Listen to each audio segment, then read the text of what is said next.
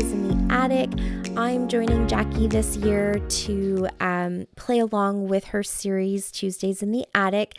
I will leave her link down below so you can go ahead and check her out and kind of see how the whole process started. But essentially, she was working through some pictures and decided to use sketches to go ahead and help inspire the creative process. And so she worked through a whole series of sketches, and now this year she is working on the Freaky Fast formulas, and those are from the Scraproom, and she's gone all the way back to the very beginning. So we're going to start right from the very first one. That's what we posted last week. So this is the second one. And the Scraproom, was posting them on their blog and has since actually transitioned them to a monthly challenge. So there's lots and lots of these out there to play along with, which is really fun. But they were kind of originally intended to help if you were stuck in a rut.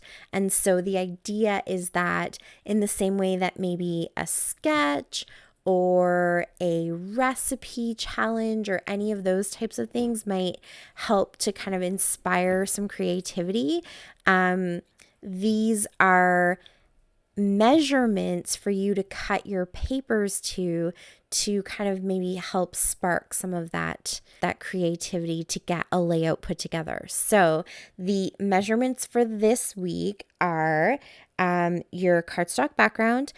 12 by 12 is probably your best bet, I'd say, most of the time, depending on what the measurements of the other pattern papers are.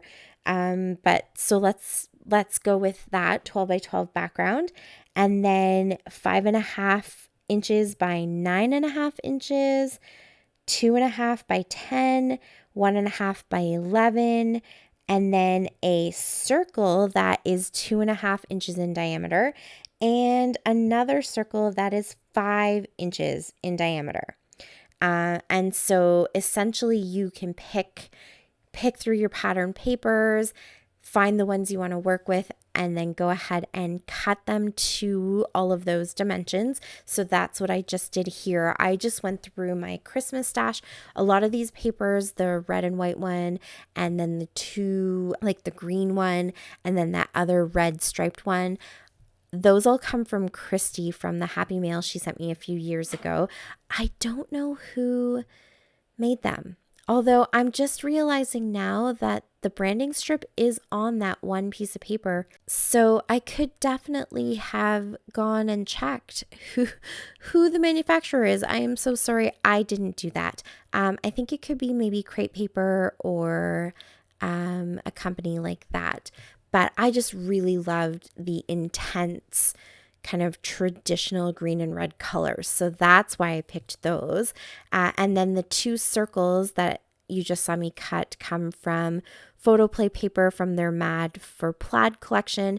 I'm working with scraps, so I intentionally picked out papers where I wasn't cutting into a brand new 12 by 12. These are scraps. So even the ones from Christy, she sent them to me. They'd already been cut into, they were scraps. And so it works with the Baby Got Scraps series that is happening all month long. So I just sort of was looking for papers that worked together, and then also papers that were big enough that I could cut the right sizes. So those were sort of my only two guiding factors, just picking what I liked, and as long as they were big enough that I could get the right sizes, that worked for me. And I did decide to do a white cardstock background this week.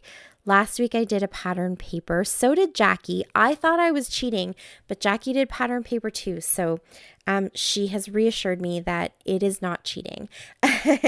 And I'm just going to roll with that. So you're probably going to hear that kind of stuff from me a lot. In fact, I did do it again this week. I decided to keep the branding strip on that red striped paper, the red on red striped paper, because that was kind of my little way of sneaking in an extra pattern. I definitely didn't want to add any other papers to the layout, I felt like having the white cardstock in the background and then just having those bold colors of the red and green was more than enough. I didn't need to add any extra, but by cutting that paper and keeping the branding strip on it, I was able to get 2 reds and 2 greens. That's kind of how I was thinking of it. So there's actually 3 different shades, I guess, of reds, but then you've got the greens in there too. So yeah, that was my plan. So I'm not going to call it cheating anymore, but it was just a little sneaky thing that I did that I thought kind of worked in my favor. And then I did eyeball those circles, which I know scares a lot of people, but I don't have a punch that is big enough to do 5 inches. And I probably have a punch that's big enough to do 2.5, but I didn't dig through my stuff and pull it out because I figured I would go ahead and eyeball it. So that's totally okay with me. If that's not something that sits in your comfort zone, you could definitely cut the circle out with a Cricut or use the old like pencil attached to a string technique, or even use, is it a protractor? Is that the one that draws circles? Or the compass? Whichever tool it is, you could pull that out or trace a bowl or something. It's totally up to you guys, but I went ahead and eyeballed them. I got them as close to a nice looking circle as I thought I needed. And you can see here, I did kind of cover them up. So you can definitely tell in real life that they're circles. And you do see more of the pattern than I think the camera is actually picking up. But I figured I would probably cover a good chunk of them up. So it was okay to me if they weren't exactly perfect. And then just to kind of almost trick the eye and reinforce that they are circles, I picked a large circle embellishment. So because I didn't want to add a ton of embellishment to the layout, I decided that one large embellishment with some words on it was good enough. That's literally the only embellishment that I add actually. So I added that. And then I added my tags. I put some tags and kind of tucked them into the pocket that I made with the photo. And that's where my journaling will go. And then that way I'm not even adding extra words to the layout. I just think because the picture is so dark, all my kids are wearing black, which was not intentional. It's just what color their coats are. And the background of the Santa photo is blue, but it's like, it showed up really dark in the printing of the photo. This picture was printed at the place. It's like a fundraiser, so it's kids that are printing them. And so I just felt like if I started adding words and a ton of extra embellishments and things like that, that the picture might get a little bit lost. So I intentionally picked that white background and kind of kept it mostly white. I did those splatters because that was Moira's challenge in the spending freeze group for this week, was to create your own background. So I thought I'll go ahead and kind of play along with that and create my own background by doing the splatters. But other than that, it's mostly white. And so everything that I've done, I really just wanted to keep the focus on the picture. And so I guess I said that big circle is my only embellishment, but I did add 4 little gold hearts and then a couple of sequins, just green sequins. I didn't go too crazy with those either. I kind of like that the splatters and the sequins add a little bit of movement to the layout because everything else is so straight and even and clean lines.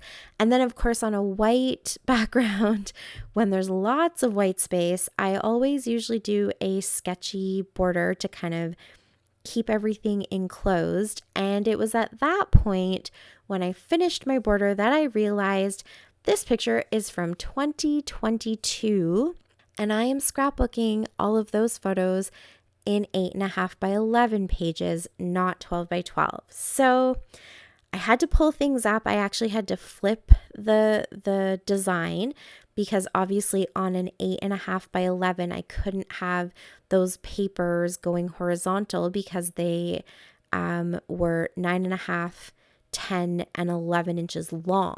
So they definitely fit on an 8.5 by 11 page, but they had to go vertical. So I pulled everything off that I needed to. I cut my photo down a little bit so that it fit better on the red and white stripe paper, and rearranged things as best as I could. Obviously, there were things like the sequins. I didn't pull those up. I let them just stay where they are. But the title, my little We Believe title, and the embellishment, and then those gold hearts. I think those are from Freckled Fawn. Those gold hearts, I pulled all of that up, and then I cut it down to 8.5 by 11. So yes, I did lose a lot of the white space, and obviously my sketchy lines. And I'm not going to redo those sketchy lines because I'm still not sure. What do you think? Should I go ahead and add them, or do you think this looks okay as just white now that it's smaller? I don't know.